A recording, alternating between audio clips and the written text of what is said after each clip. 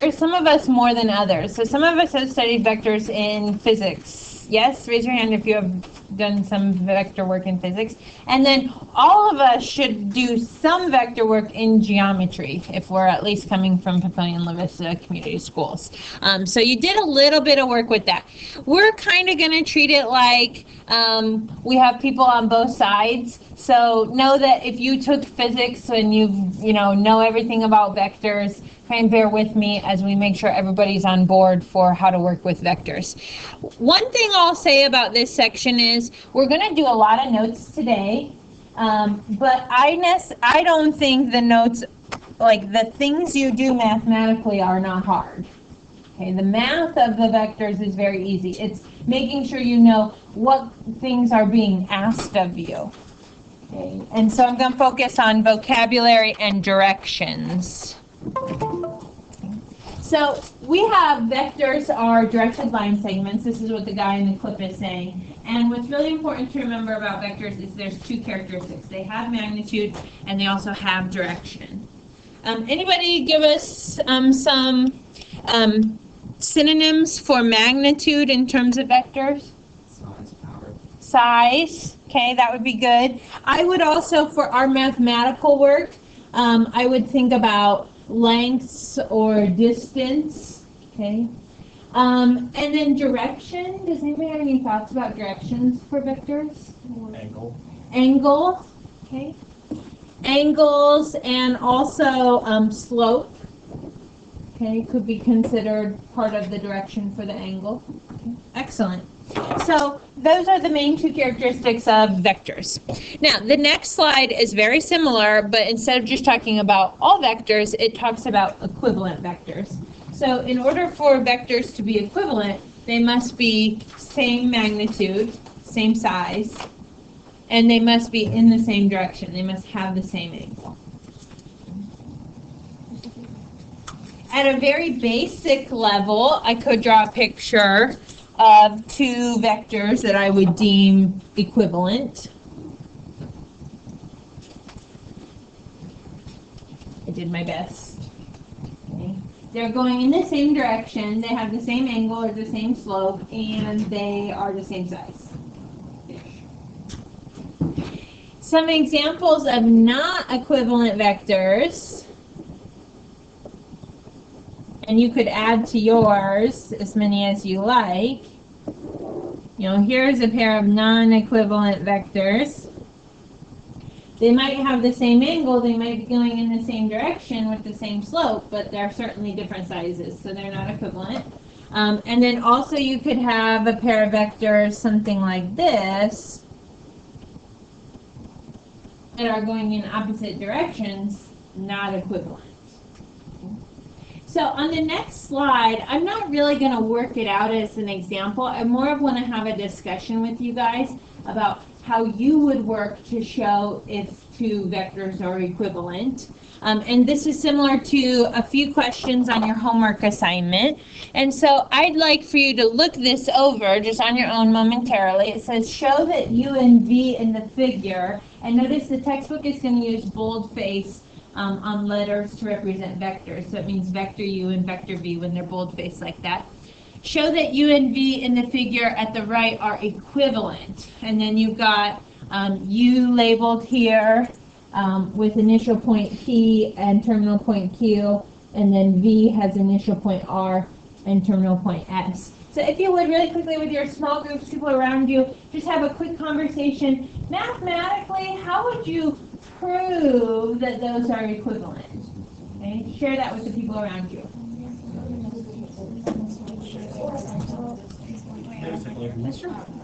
Right.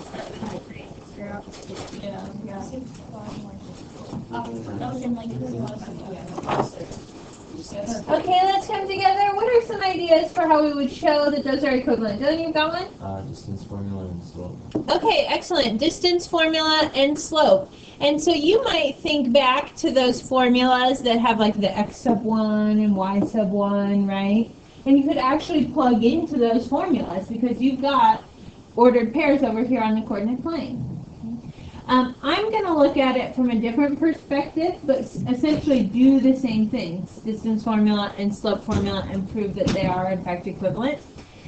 Certainly I could do the slope formula, y1 minus y2 over x1 minus x2. But I could also, because I have this visual right here, I can also see that the slope would be rise 1, run 3, so a slope of 1/3, and I could check the other vector as well. Rise 1, run 3, so the slope is 1/3. Are they equivalent vectors? Yeah, so by checking rise over run, because you have them there on the coordinate plane, you could also do that as opposed to the actual slope formula, but either one would work. And what I like about this method, and the reason why I want to show that to you, is by thinking about rise over run like that, you've really created right triangles on the board. Are those two right triangles going to have the same value for their hypotenuse if they have the same value for their legs?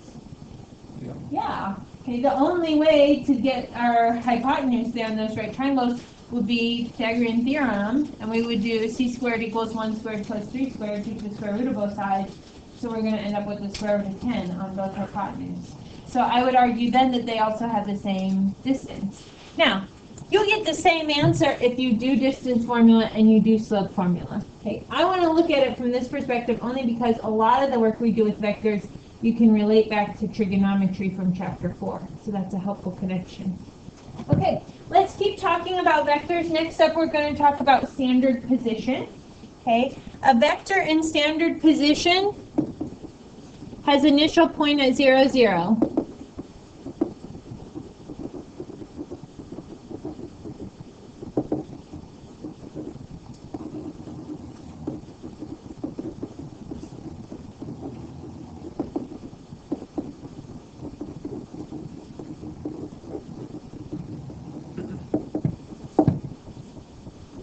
We call vectors in standard position very similar to the way that, if you think back to chapter 4, we talked about angles in standard position. So that whole idea of that trig stuff in chapter 4 is going to come back to us as well.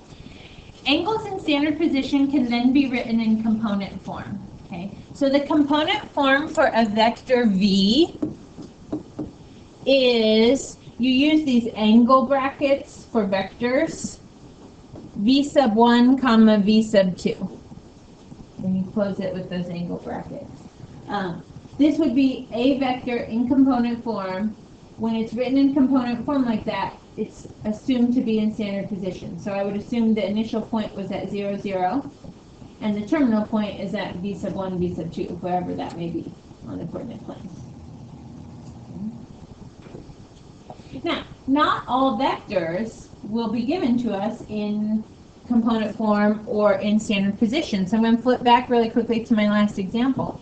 This vector u was in standard position. It has an initial point at 0, 0, and its terminal point is 3, 1. So I could write it in component form. U would be the vector 3, 1, okay, in component form. But vector v is not in standard position at 0, 0. It's got a different starting point or different initial point. So we can find the value or the component form for vector v if we do subtraction with like the horizontal components, so x minus x and y minus y. So I'm going to put that on the next slide with that component form.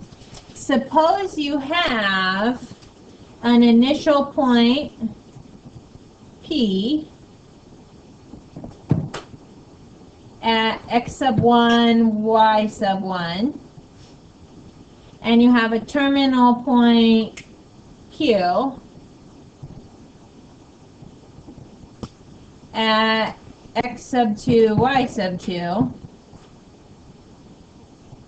Oops. Minus in there. Then this component form is really x sub 2 minus x sub 1, comma y sub 2 minus y sub 1. So you're finding the difference in the x's, you're finding the difference in the y's, And that would be your component form if it were to have its initial point at 0, 0.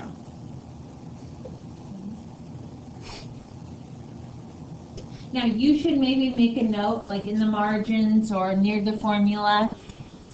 This order is important.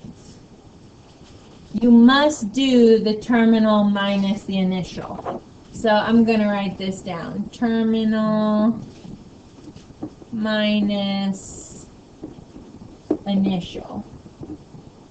When we did like distance formulas and slope formulas, I often tell people like it doesn't matter if it's x sub 1 minus x sub 2 or y sub 2 minus y sub 1, as long as you do the same thing on the top and the bottom. Okay? But in vectors it matters because if you switch the order, then you get different signs and your vector will be going in the opposite direction, which is not equivalent. So you have to do terminal minus initial.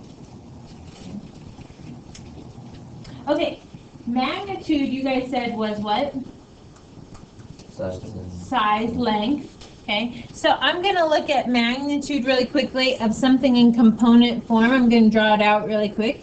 In component form, I would have an initial point at 0, 0.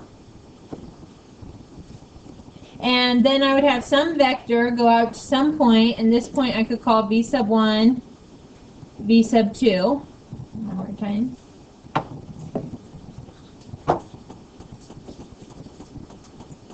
And so we want to find the magnitude, which is really the length of that vector. We have a new mathematical notation for magnitude.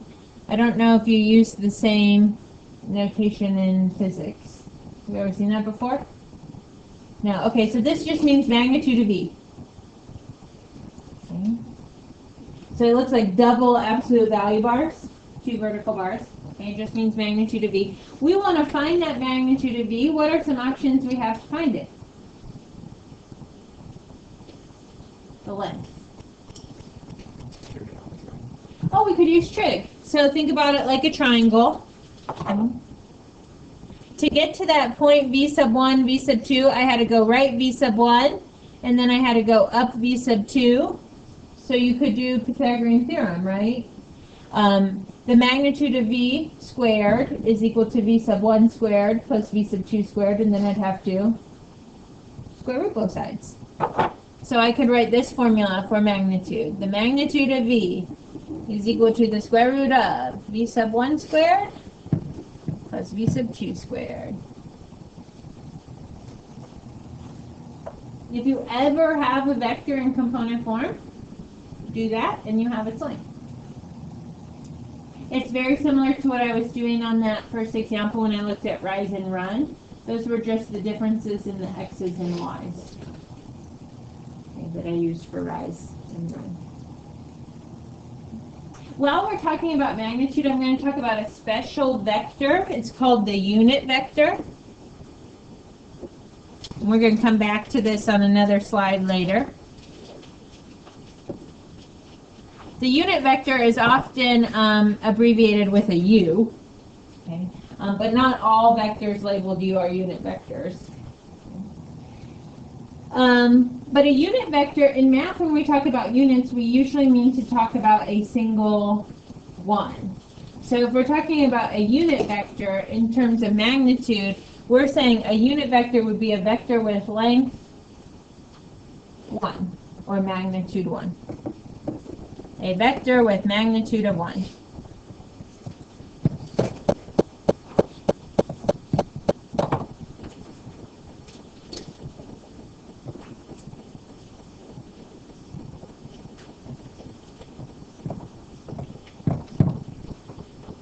So there may be some instances later on where we'll want to have a unit vector, and so we're going to look in a few slides later to how we can find a unit vector.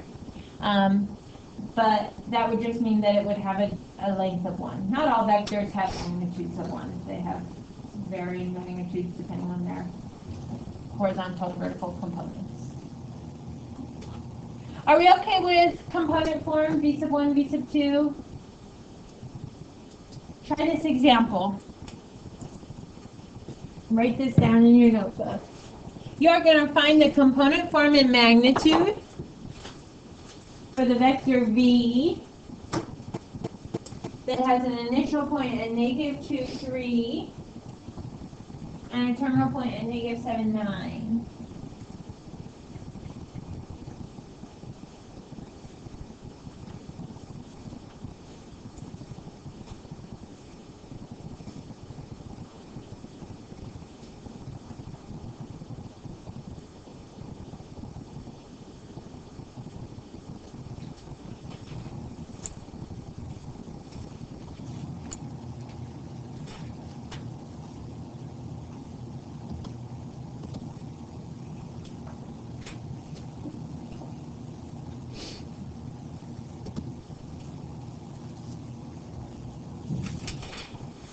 So again, I want to reiterate, when you're doing the vector work, it's not that the math work is hard, it's that you have to know what it's asking you, right?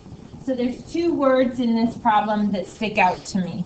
The first one is component form. When I see component form, I always think V sub 1, V sub 2. And if we go back to our other slide, we can find V sub 1, V sub 2 by subtracting our horizontal components, our x's, and our vertical components, our y's. The other thing that sticks out to me in this problem, what it's asking me is, not only am I going to find component form, but I'm also going to find magnitude. So magnitude is that new mathematical notation. And we have a formula for magnitude, which is the square root of V sub 1 squared plus V sub 2 squared. So as I think about what it's asking me, I'm thinking, if I can get it in component form first, then I can take those two, V sub 1, V sub 2, and plug them into my magnitude. And the math won't be challenging. Okay? So if you haven't already, go ahead and do component form. What is my x sub 2?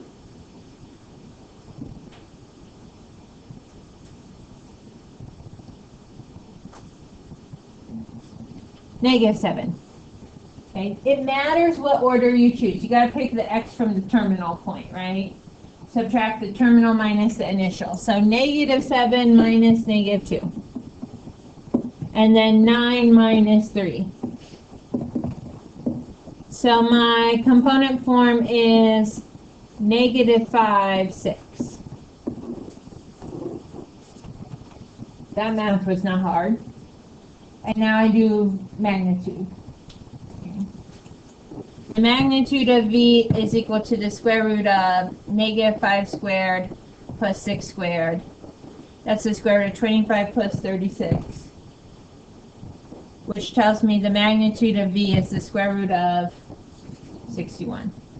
Now, I would prefer that you leave your magnitudes in radical form, unless for some reason we would need a decimal.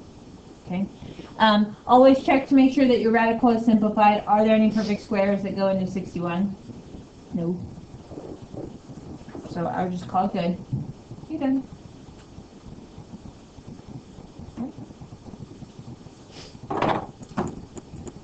Any questions? Okay, let's move on. The next thing we want to talk about are vector operations. Okay, I'm going to write down some information about vector operations, but you can look at page 421 in the textbook for the properties of the operations. They're not something that I think you need to memorize. A lot of them, if you look at them, would be pretty intuitive properties for you to understand. So you could write that in the margins of your notebook if you want to.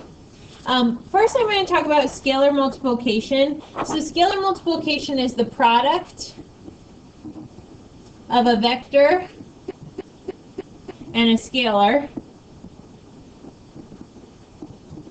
And a scalar is just a number.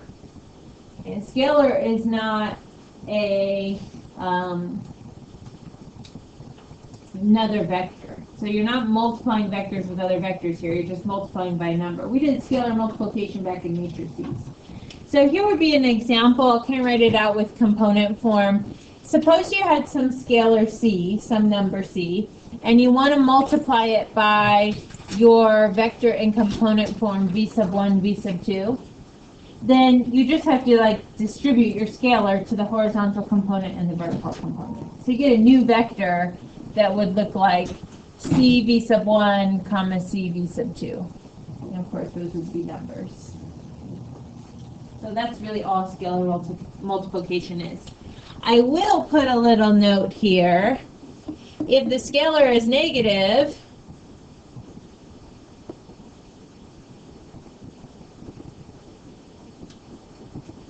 the vector changes direction.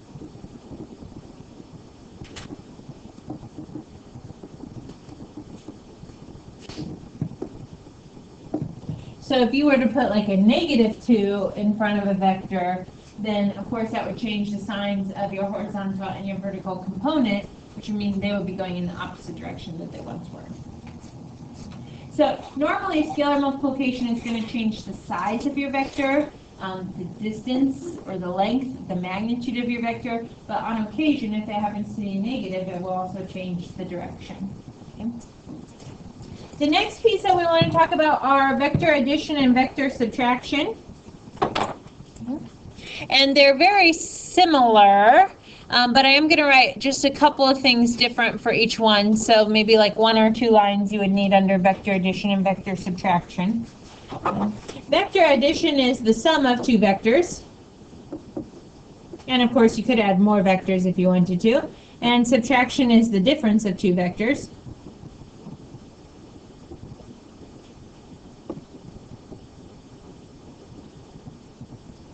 Adding and subtracting vectors is very simple. You basically add horizontal components and add vertical components, or subtract each. And so again, the math is not hard. What I want to talk about is, what does that mean visually or geometrically? So I'm going to say geometrically, what is vector addition? Okay, and I'm going to show this to you on the next slide. Okay. Geometrically, vector addition means we put the initial point of the second vector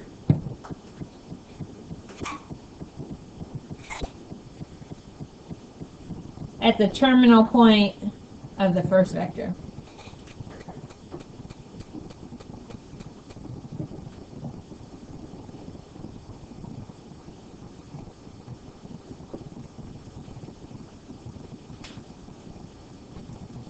You put the initial point of the second vector, so the vector that you're adding, you start that at the end of your first vector.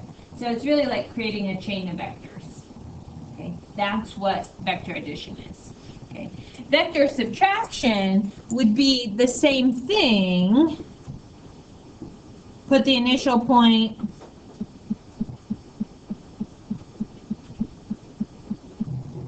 at the terminal point of the first vector. Okay. But the second vector would have to go in the opposite direction.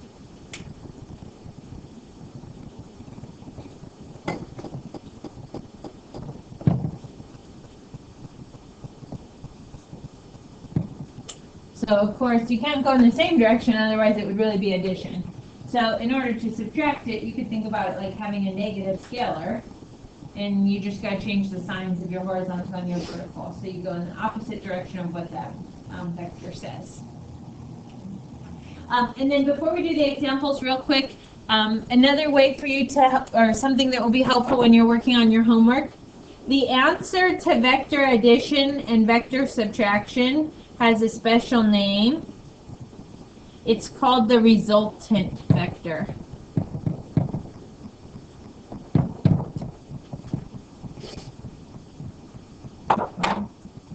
So this would be another issue that I could see pop up for different people. You're reading your textbook and it says something about find the resultant vector.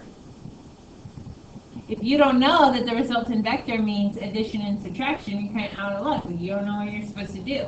But if you make that connection here in your notes, resultant vector is the answer to vector addition or vector subtraction. That gives you something you can look for in your problem. Do I have 2 vectors that I should be adding? And then you could do that. Okay, Here's an example, jot these down. We're gonna let, oh, did I skip one? I must have double hit it, sorry. In my excitement, I went a little crazy. Let u equal 1, 4, and v equal 3, 2. And you want to do u plus v.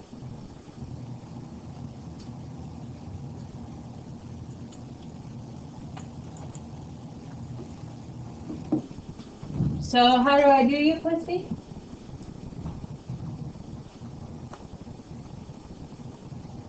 Lily? 1 plus 3, those are the horizontal components, the x's. And then 4 plus 2, those are the vertical components, the y's. Easy. Okay. You have just added vectors. Okay. Now, what I want to talk about, and I think would be good for you to think about, and the textbook might ask you a couple times, is to draw this out. Okay, so I'm going to draw a coordinate plane, and we're going to look at this geometrically. I'm just going to do like 6 in both directions.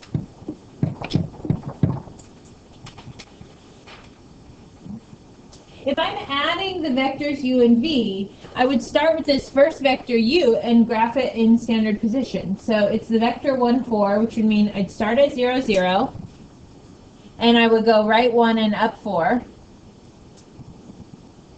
and that's vector u. If I want to add on to vector u, and I want to add v onto vector u, then I have to start at that terminal point at 1, 4, and put my new vector v, which is what, 3, 2? So my initial point for vector v is not going to be at standard position anymore. It's going to build onto the vector I already have, and then I'm going to go up, or no, I'm going to go right 3, and then I'm going to go up 2, and that's v. So I'm building one vector on another vector, and your answer for 6 is represented by this vector from the initial point 0, 0 for standard position, and the end point for the second vector v. So that point right there is 4 to the right and 6 up. So that's what we mean when we talk about vector addition. If you look that up in your textbook, it's going to call it like, I can't remember what they say, like tail to end or parallelogram method, because you can see a parallelogram and you're calculating the diagonal. But yeah, it's just building one vector on another. Real quickly, could you calculate u minus v and then try 2u minus 3v? See if we get the same answer. Give you a minute or so to get that done.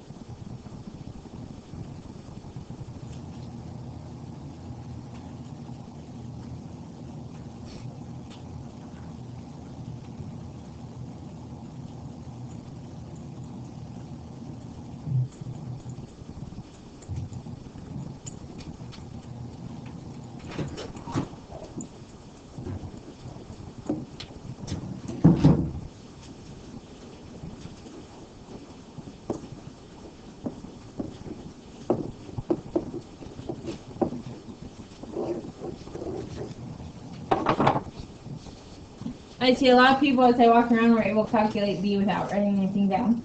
I agree. That would be normal. Negative 2, 2. When you do c, what did you think about? How did you calculate c? 2u minus 3v. Really? Yeah, you got to do some scalar multiplication. So you have to do 2 times u first, which gets you, what, 2, 8? And then 3v is 9, 6. Okay, so this is 2u, and this is 3v. And then you're subtracting those numbers. Okay, so treat them like scalars. And we would come up with something like 2 minus 9 and 8 minus 6. So negative 7, 2. Now, just really quickly on the subtraction one, note that what would be different from my first example, I would leave u the same at 1, 4. So that's my u. But to get to my v, instead of going right 3 and up 2, I've got to change the directions on both those components. So I would go left 3 and down 2. So that's really like negative v, which means subtraction. And then your resultant vector is that vector negative 2, 2. So there's my u minus v. If you wanted to look at it geometrically with scalars, just to kind of help you visualize this before we go to the next slide, 2u would mean like draw u once, so go right 1 up 4, and then at that endpoint, do another u, right 1 up 4, so that gets us up to 2a. To subtract 3b, we'd have to go down 3, left 2, or sorry, left 3, down 2, left 3, down 2, left 3, down 2. Geometry. Good. Okay, now we're going to talk about that unit vector. So we already mentioned a little bit about unit vector. What was special about unit vector? It has a magnitude of 1. So our issue is, what do you do with a vector when its magnitude isn't 1? How will you get a unit vector in that same direction so that it has the same slope or the same angle? Basically, our little method is take the vector and divide it by its own magnitude. Okay, so the vector has some magnitude. Divide by that magnitude, and you'll get the number 1. So to find a unit vector, divide v by its magnitude. That would look like this. Vector v divided by the magnitude of v.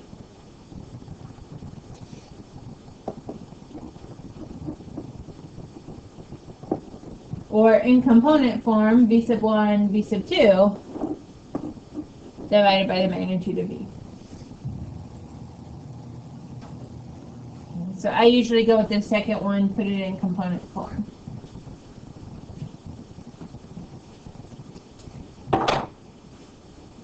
Here's our example for unit vector. Find the unit vector in the same direction as the vector 7, negative 3.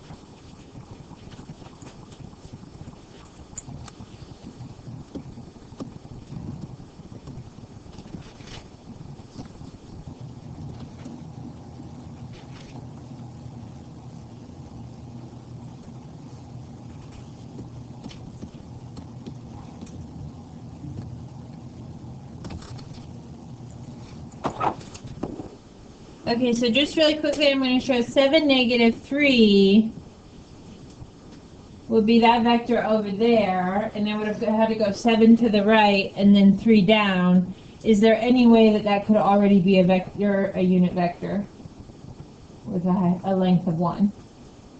Certainly not, right? The sides are too big. So now you're going to do the work. You're going to take that vector, 7, negative 3, and you're going to divide it by its magnitude. So how would you calculate magnitude? Square root of 7 squared plus negative 3 squared. That is the square root of 58. So you have 7, negative 3 divided by the square root of 58. And then we're going to actually divide the horizontal and the vertical component by the square root of 58. So then I would write it out as 7 divided by square root of 58 and negative 3 divided by square root of 58 and rationalize by the denominator. Could you just multiply the top and bottom by the square root of 58? And then Oh yeah, that's a great idea. Yeah. I will say that you could do that, that works, and I don't even really do this second step. And I would guess a lot of you could skip this if you were to think about it like dividing. You would know to instantly rationalize it. Okay? And so you might not even need to write that down. But I like that, Mason. Multiply the numerator and the denominator by the square root of 58 right away. And then you'll come up with the same unit vector. Okay? So this is this answer that, like, if you're checking your answer in the back of the book, this is going to be the answer in the back of the book. So if your answer doesn't match, I've checked, like, did you simplify your radical? So square root of 58 doesn't have any perfect squares. I'm done. You know, you should rewrite square root of 12 as 2 square root of 3 and work with that. But also check, did I actually divide by the magnitude? Did I rationalize my denominator if I needed to? That could be a reason why your answer doesn't match. Any questions about the unit vector? Okay, you have 2 more things. The next thing is standard unit vectors. So what standard unit vectors are is we're going to give special names, I and j. And we're going to say, when we look at vector I is always the vector in component form 1, 0. J is always the vector 0, 1.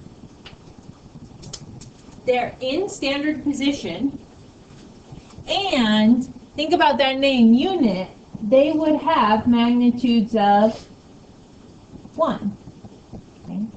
So you're going 1 to the right, or you're going 1 up. I is your horizontal standard unit vector. J is your vertical standard unit vector. It only moves up. It doesn't move left or right. I only moves right. It doesn't move up or down. Okay. So then you'll be asked things like this. Rewrite vectors as linear combinations of the standard unit vector.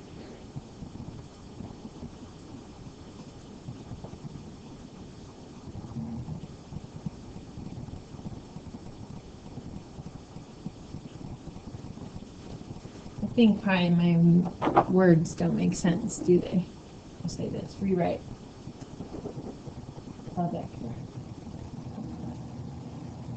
Rewrite a vector as a linear combination of vectors I and j.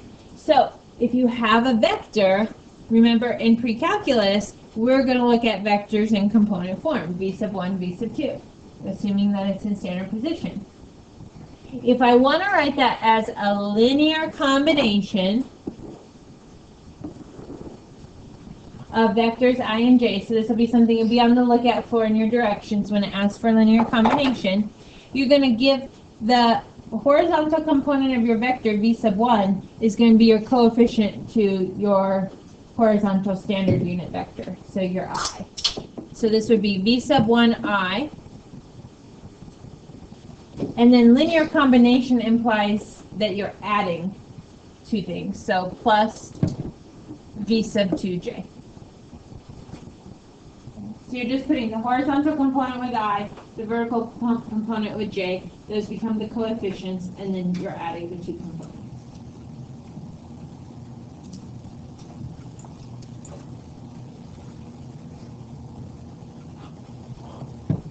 An example real quick.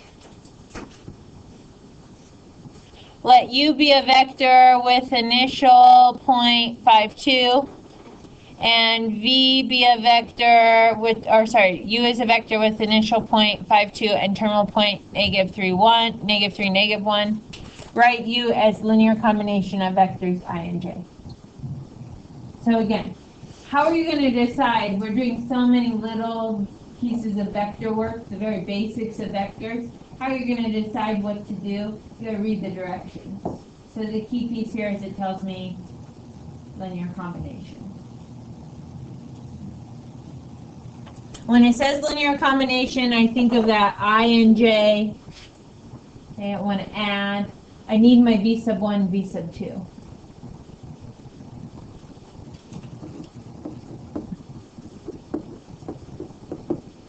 So to get v sub 1, v sub 2, I'm going back to component form, one of our very first slides.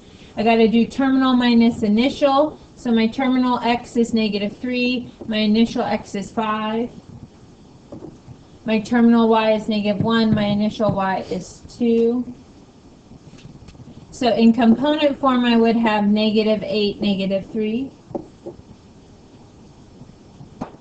And then once I have component form, it's very easy to change it into linear combination. -8i minus 3j. Done. That's all it's asking you to do. If I were to substitute for I and j, their actual vectors, like 1, 0, and 0, 1 in component form, then the -8 and 3 would become scalars to those vectors. And if I distributed and then added or subtracted here, I would come up with that vector -8, -3. So they're the same thing. Okay, last thing that we're going to talk about. Ooh, we've done a lot with vectors. Direction angles. So we spent a lot of time doing different things with the magnitude, the size of the vector. We haven't spent a whole lot of time, other than that very first one, looking at slope. So we want to talk about direction angles, which is the measure of the angle between the vector and the positive x-axis.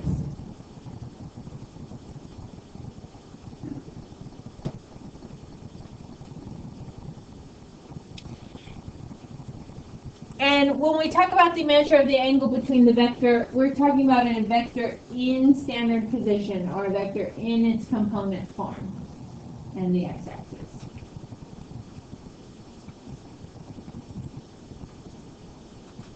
This would really be, to me, the only part of your homework assignment that probably is going to require you to get out your calculator. Everything else you could do sort of in your head, if the numbers are small enough. Okay, but here you're going to be looking for an angle, and here I'm drawing the coordinate plane, so I've got the positive x-axis over here. I'm going to draw a vector in standard position.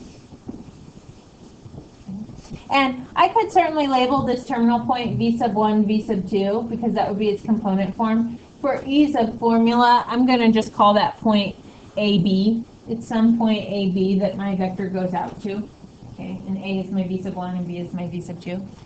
And I want to find the direction angle. The direction angle is this angle between the positive x-axis and that, not a reference angle, and that vector.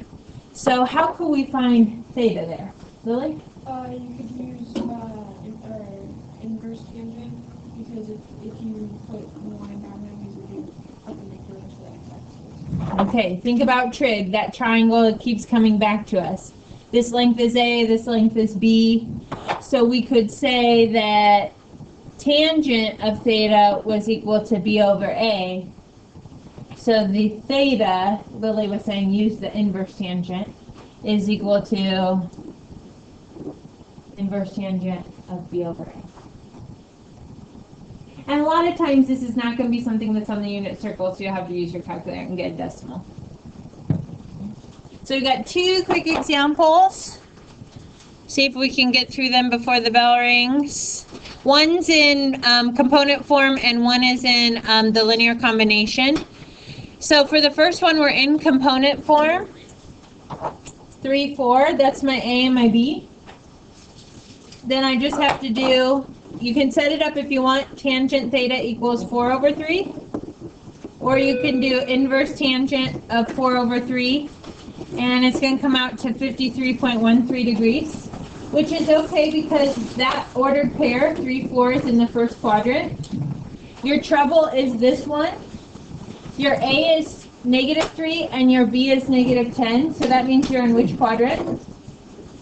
Quadrant 3. You go left and down.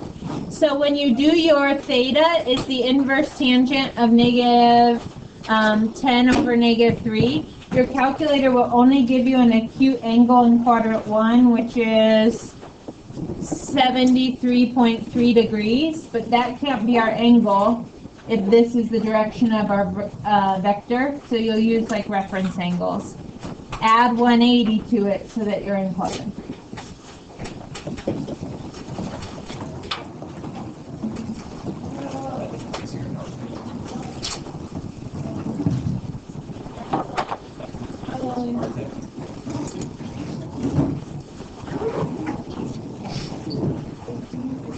then